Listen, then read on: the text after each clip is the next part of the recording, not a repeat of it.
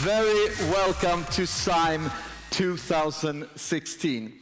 It's fantastic to have you back here for what we believe will be the most exciting, the most complicated, the most challenging, and the most important Sime ever. There's a lot of stuff going on. We're going to have summits where we will deep dive 2.5 hours into some subject. We will have workshops where we'll work 45 minutes together in solving a problem or learning from a master of their trades. And we're going to have lots of exciting things going on in the evenings and here in the corridors as well. So just that you get your bearings, this is the main stage. On main stage, between 9 and 12, we will speak about the bigger questions. We will look at what happens in the world of technology, business, and society. Between 1 and 2, there will be workshops, and 12:30 to 2, there will be summits. So if you haven't signed up for any of these things, you can do that now, and you'll be joined by almost 1,000 other people that don't have access to main stage, but will be here part of the time. So summits today, the future of health, explore what technology and health can do with some of the world's leading experts. Sime Intrapreneur Summit. If you feel that you're an intrapreneur, a change maker in a large corporation, what are the tools of the trade? What are the innovation models that you can bring home and start challenging your colleagues with on Monday? And we're also going to have an HR leadership talk finishing the day where we explore how talent must and can be developed in a digital society. Tomorrow, we're going to go VR, but beyond the hype, not showing cool movies of something somebody could do theoretically, but what are the industrial implications of VR? We also were part of having the first VR film festival the other week here. We had 1,000 people coming, so there's a lot of interest around that. And we're going to have a digital marketing summit, bringing 300-400 marketing directors and brands together, discussing the future of marketing. And here, many of you are here also on digital safaris, especially welcome to you. There are management teams where everybody goes and says, okay, during these 2 days, I want to have a safari in what's important for my specific industry. If you want to tweet, you can do it here. You see the hashtag, and you find us here on Facebook. How many of you are on Tinder? Oh, no one. Interesting.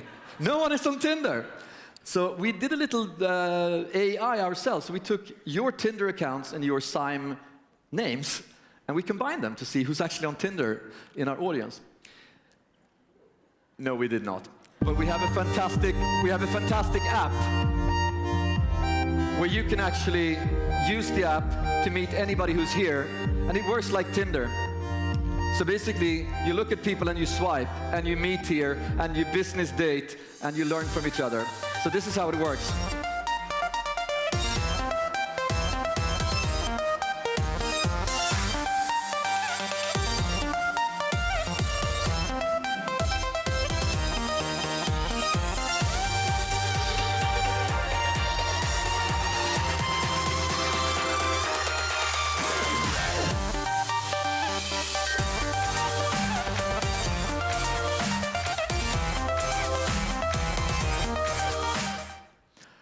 So you kind of get it.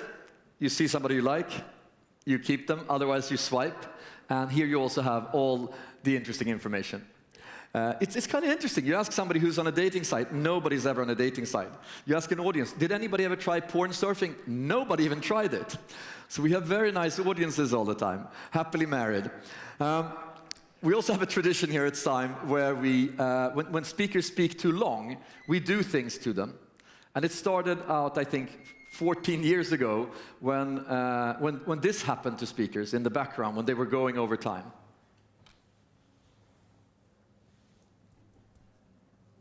Rolex. And the speakers are like, what the hell is happening? And everybody was laughing. Now, this same guy, he is now the CEO of Result, the company I started. He took my job. He speaks with Tim Ferriss, and he's coming out with his book tomorrow. So he's come a long way. You know, it started out here, and he became a star. Then we tried with 2 young TV comedians, Philip and Frederick. And you know what happened to them? They win all the prizes. They're in the US making movies and whatever. So we kind of made them also, it feels like, here on Sime. Last year, we said, okay, what's the worst thing that can happen to you if you speak? What's the worst thing in the world? Who wouldn't you want to meet? And we thought this was super funny. So this is what we did last year. Okay? Bing, bing, bong, bong, bing, bing, bong, bong, bing, bing, bing, bong, bong, bing, bing, bing, bing, bing, bong, bing, bong, bing. Okay, thank you very much. This guy is now the president-elect. We used it as a joke of the worst idiot you can find. Now it's the president-elect. And we were like a little bit worried. What do we do now? Because whoever we take, they will take over the world next year. So what happens if you speak too long?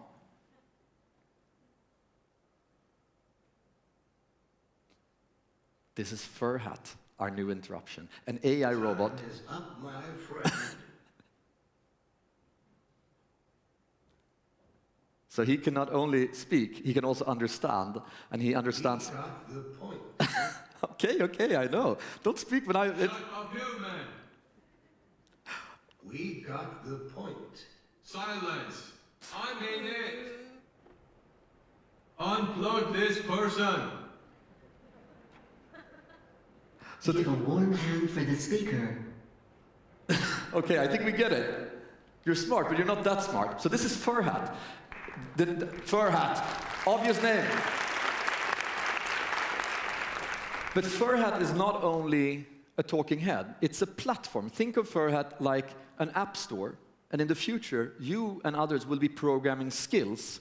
So somebody can program Spanish-speaking skills to Furhat, and that's your Spanish teacher. Or nanny skills, and that's your nanny. Or whatever other skills you think a robot should have. This is a hugely important and interesting field, and we're going to have some of the leaders in robotics coming here to Sime.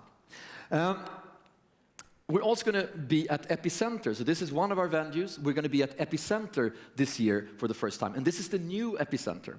Epicenter was co-created here at Sime 2 years ago, and then it has grown into be, now this building is almost 20,000 square meters. We're the fastest growing digital companies, innovation labs for companies like SCB and Google and Samsung and Microsoft and all kinds of other cool companies that are innovating and creating things. So we're going to go there this afternoon and experience a lot of cool stuff. And for the ones that have gala dinner tickets tomorrow, we're going to have a gala dinner with artists and surprises and a lot of fun things.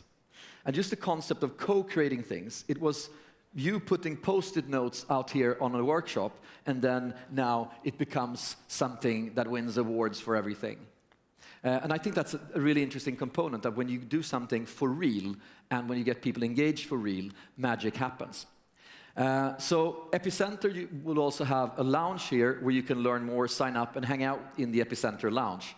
And we're also sort of launching our new building, or sneak launching. It opens up in January, but sneak launching it today. Our new logo that's also co-created in a constant flux. We don't know which color it has. We don't know the exact shape because it's evolving and it's part of the members that are there. And we're going to do something similar, or try something similar. We're going to take exactly the same thinking. What happens if we co-create around an environment that used to be an office, but this time we're going to take on the trains. So we're going to go together with SJ and create what is the train of the future, with all the technology you want, with your office there, with all the entertainment, knowledge, matchmaking, and what can we make out of that? And SJ has said that if we do something really good, there will be Epicenter Sime trains where we can have a completely different experience. But starting off, I think this year for me has been maybe the scariest year. If we were here 1 year ago, the world looked completely different. And we've been speaking about rapid change. And I think that now technology has proven that it can change things in society so fundamentally that it's not even funny anymore. And we see it happening here in Silicon Valhalla. Silicon Valley is creating more and more fantastic companies. Tech is on the agenda of board members and government representatives, and now it's for real. But tech is also shaping Silicon Valley even more, where we'll have some unique insights and meet some of the most prolific founders and hear what they're saying here during these 2 days. With me, I'm going to have CNN's Laurie Siegel, who was acing it here last year, and everybody wanted her to come back. So for the first time, I have a professional program host together with me that is also an excellent journalist that has been at the forefront of technology since its birth. This was another slide we looked at last year. It was the number of $1 billion plus companies created. You've all seen this slide. But the interesting thing with the slide is not that there's a lot of them and maybe there's a bubble, is that if you look to the left, you see companies like Dropbox, Airbnb, Spotify. They kind of changed their industry, right? So can you imagine what these guys will do the next 5 years? And that's what's interesting with the slide. Our industries will not look like they did before. Things will just come up that nobody could conceive, and then there's on everybody's lips. Pokemon did $500 million in no time, and 110,000 car accidents in 10 days. Is it legal to do something like that? We're going to have a great launch. 110,000 people might die, but it's a really funny little animal. Snapchat. How many are on Snapchat? Okay, young at heart. No, because if you're in high school, 82% are using it every day. It's the media that the TV industry would have dreamed to invent, but somebody else did. And these companies that before were the untraditional companies, they're actually a lot more valuable than the biggest traditional companies. And you see a Netflix, even though they're having half the sales of a Viacom, they're worth more than twice as much. So technology is proving that it is the winning horse. And since it's exponential, it's only going to get more and more interesting and more complicated. Another special thing we do during these days is digital health. We look especially into digital health because it affects all of us. And somebody said that there's the total knowledge in medicine is 18 million papers of scientific information. It's going to double the next 10, 12 years. We're going to know twice as much. It's like coming to a different planet where they know twice as much. That's only 10, 12 years ahead in time. We're going to have doctors that are AIs, and they're much better than normal doctors. We're going to have apps that are doing the works of nurses and doctors. Cars, they're not going to be the same either. Is it a car or is it a computer? What can a car do in the future? And we're going to have a unique insight in that as well. And do we even want to own a car in the future, or should we have another relationship? And when we're playing around with technology and we're seeing all these new things, the implications in society will also be a perspective. This is Detroit and how many people live there. They made cars the traditional way. You know, half of them have moved away. Cities are dying and people are getting desperate. So there's these two sides of technology, the exciting, the efficient, the profit-making, and what it does to other parts of society. That's going to be a recurring theme. We're also going to look at robotics and automation. And Google is going to come here, Anna Wikland is going to come here and share some of the things Google are doing tomorrow. But one thing that I picked up, they've actually invented an AI, an artificial intelligence, that writes code that only itself understands. Nobody understands what the hell it's doing, but it's just developing it and developing it. Very exciting, but also kind of scary. And Tesla and many of the other super brands in technology are just, they don't stop inventing, they don't stop dreaming. Now they're launching solar panels, and it might be that they're not a car, they're the solution to the future energy problem. Uber's first vision was to stop the 2% of time we spend in car jams in our lives, and stop the 15% of our cities covered with parked cars. But now they're taking it further. Now they also want to have personalized flight travels with the Uber model. You could actually literally be picked up by something that flies and deliver where you want to go. That's part of their new vision. So they dream very, very big. We're going to have a virtual reality summit and just sort of, oh, it works. That's so last year. Now we want to see what happens if you have shared virtual reality. It's you and Zlatan and your friends with a beer running around looking at the football game. Or you box against Mike Tyson with your friends watching. What is going to happen with that? What are the things that can be done? And what can be done when you take it even further, when you start combining your experience with things you want to create in the actual world? These are things that can be done right now. You could actually go and decorate a room, and you'll bring the furniture there and see what it looks like. And we'll see how you can buy apartments and do completely different things in the future. This just randomly appeared, but I just thought it was so funny. You can actually make meat now, but you don't need to kill an animal. It's the real deal, it's meat. But a hamburger is $330,000 so far. But in the future that will happen. And what happens if we can produce meat? What happens to all the animals that are out there? Is that, you know, nobody's a vegetarian because they're not, or is everybody vegetarian? It's just going to be very, very strange and has huge impact on food industry and consumption and other things. And speaking of strange things, this is Japan. This is a robot baby that acts like a baby does the first 3 months. And it feels like a baby, and it smells like a baby. And parents can try to see if they want to have a baby. And they've developed this baby so that Japanese will say, oh, I want to have more baby, because they have too few babies now. So this is like, come on, we can do it. Get this baby. And these things exist in reality, and that's what's so beautiful about technology. And we've gone a long way from the first sort of steps of technology, but we really haven't seen anything yet if we don't live in China. In China, 35% are using something called WeChat. That's what they spend their time on internet. 35% of all internet traffic. Raise a hand if you know WeChat. You're a smart crowd. Usually it's none. Here is maybe 20%. So basically, they're the super powerful everything machine. WeChat is an example of, for lack of a better word, a super app. It's a Swiss Army knife that basically does everything for you. It's your WhatsApp, Facebook, Skype, and Uber. It's your Amazon, Instagram, Venmo, and Tinder. But it's other things we don't even have apps for. There are hospitals that have built out whole appointment booking systems. There are investment services. There are even heat maps that show how crowded a place is, be it your favorite shopping mall or a popular tourist site. The list of services goes on basically forever. But it's not the variety of things you can do on WeChat that makes it so powerful. It's the fact that they're all in one app. So we're seeing these companies are becoming like operating systems. Like Spotify is an operating system for the music industry. And I think competition will come from these kinds of companies we're not even thinking about, because they just build out with such power and such valuation.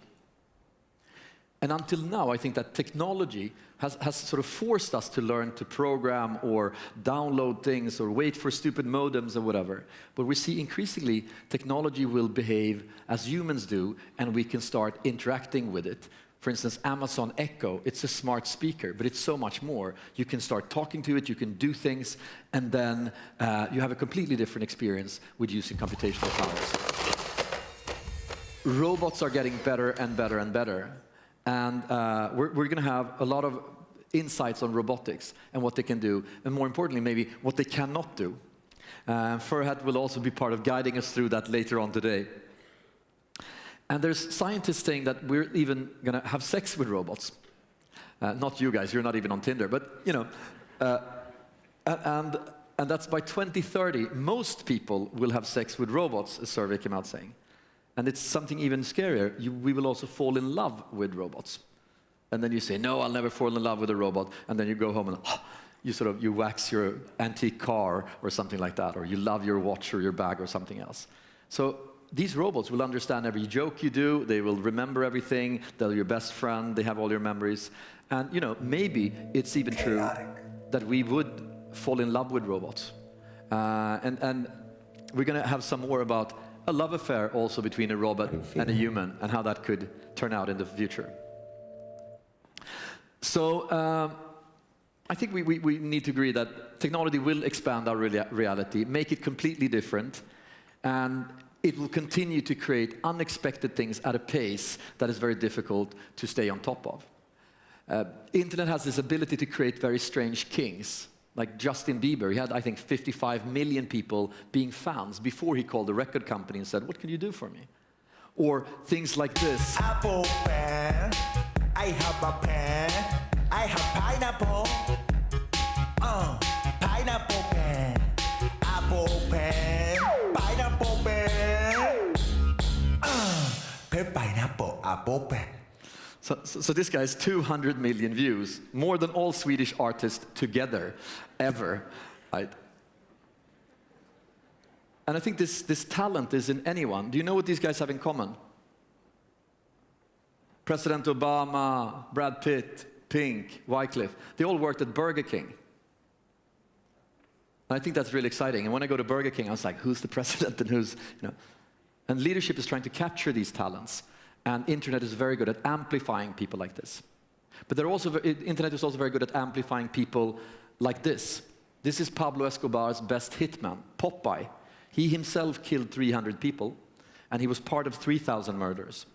He got out after 27 years in Colombia, and now he's a mega star. He has 15 million followers, and Netflix is doing a series on him. And he says, give us YouTube channels and put us in movies. We're so good at killing and raping and kidnapping and other things. That's what we'll do otherwise. And the interesting thing in this is, could the sort of same kind of drive and craziness and bravado be used to build things rather than to kill things? And it also puts guys like this in power. It wouldn't have been possible without social media. It wouldn't have been possible without technology making us behave in a completely different way. And I'd like to share, I'd like to share a movie here, which is quite interesting. I don't know if you followed the debate about fake news, but I got completely blown away when I understood how much of the news I read and you read and what you share is not news at all. It's just fabricated. So let's go to CNN. This happens to all of us. I've been fooled by these sites before. Maybe you have been too, because they're designed to be shared on social media. I see 3 buckets of them. Number 1, total hoax sites with totally made up news solely trying to trick you. Number 2, hyper-partisan sites, which aren't lying per se, but they're misleading because they only tell you good news about your side and bad news about the other side. But I think number 3 is the most dangerous kind. These are the hybrids, because they purposely mix a little bit of fact and then a lot of fiction. Let me show you one without trying to give it any more attention, okay? This is a site called therightists.com. Now let's click on that link on the right side. It says that the WikiLeaks emails revealed something shocking, that Hillary Clinton wanted Trump to run for president and predicted he would be successful. Now there's a tiny bit of truth here. According to WikiLeaks, Clinton did say to an audience of bankers that she wanted more businessmen to run for office, but she never mentioned Trump. So the quotes on the website all about that are entirely made up. Now here's the depressing part. Look at these Google search results about it.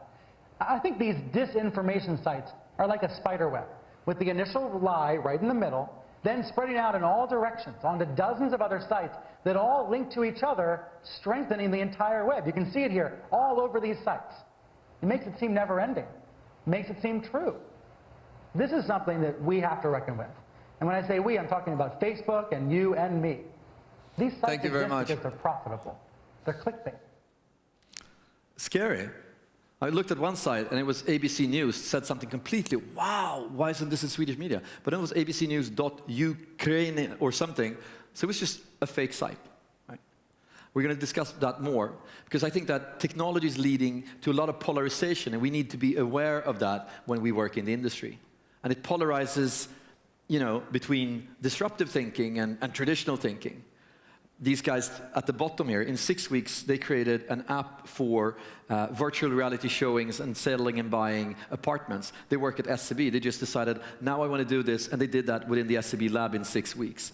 But there's also a lot of traditional thinking slowing us down, and there's definitely a polarization in many organizations. It's also increasingly between East and West. Scariest time since the Cold War. There's also a growing problem between rural and city, especially in the US, and somehow, you know, between educated and people that believe almost anything. And I think technology's played a very, very dangerous role in creating demagogues. So there's a polarization between people that are good leaders and people that spin media in a completely different way. So when we start Sime this year, good leaderships is more important than ever before. And we're going to see a lot of good leaders. We're also going to go tomorrow with Richard Green and Laura Siegel from CNN and go sort of behind the scenes in the White House and see some of the things that transpired and what the implications might be of the situation after the election. And I think that we humans also need to understand that if we create a Facebook or a Twitter or whatever we do, or if we interact with them, we are affecting things much larger than the like or the share we're doing. It actually has huge impact in the societies we create. And I think we need to be good at that, because Silicon Valley needs to keep on prospering. We have a section called Silicon Valley out in the restaurant where you can meet exciting new entrepreneurs. You can interact with them. There's investors there if you are an entrepreneur, and you can also get sort of a flavor of some of the things that are cooking here in Silicon Valley.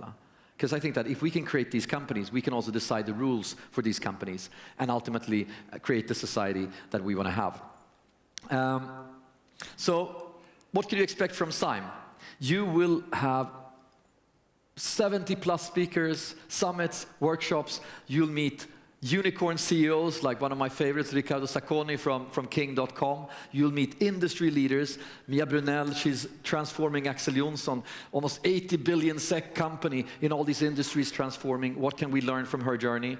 We're going to meet pop stars. This is Imogen Heap. She's won numerous Grammys, and she's including technology in her music. And she's also created songs that scientifically are making babies happier. So it's combining technology, music, and creativity. And we're going to meet great team leaders. So she's taken the US female soccer team twice to the Olympic gold, and now she did something that nobody thinks she could do, take a silver with the Swedish team. So Pia Sundhage is going to share some leadership skills. And we're also going to try to see if we can find leadership skills that capture not only the business leaders, but also completely different types of exciting people. This guy is 13 years old. He's called Max Logan. He is an inventor, a scientist. He went through MIT some time ago on a distance. He did that himself. And now he thinks, and many others, that he might have come up with one of the solutions for sustainable energy without using batteries or electricity, because he extracts it from electromagnetics in thin air. So we're going to hear about his view on the future of energy. And maybe the most mind-boggling and thought-provoking of what you'll hear is Val Spiridonov. Val Spiridonov is handicapped, and he's dying from an irreversible medical condition. And he has agreed to be the first ever head transplant patient. So he's going to have his head transplanted into a healthy body. And he's going to come here and share his, the prospect of being an astronaut in his own life and death. And also his entrepreneurship, because he's launching here at Sime the smart wheelchair, using all the intelligence that a wheelchair should have had a long time ago. And you're going to meet intrapreneurs. And you all know this guy. But since most people are not going to have a genius coming to office next week, we need to be very good at becoming intrapreneurs and building things ourselves. These are the guys that build Gmail, for instance. They're intrapreneurs that came up with an idea. And I think that intrapreneurship is the most important part of entrepreneurship. And we're going to meet crazy entrepreneurs. I love this photo. I mean, this combines entrepreneurship in so many nice ways, right? And you're going to meet these entrepreneurs, and they believe in their dreams. Maybe it's vision, maybe it's hallucination, but it's going to be interesting to follow them. And just that you get an idea on how many things are going on, these are all created for you to take whatever you like or ignore all of them. Speak with the people you meet here. Sime is your platform. You do everything what you want with them. These guys will help you. It's me, it's Laurie Siegel, and it's over 70 speakers. And we're sure that you will at least find some things and that will help you make epic stuff.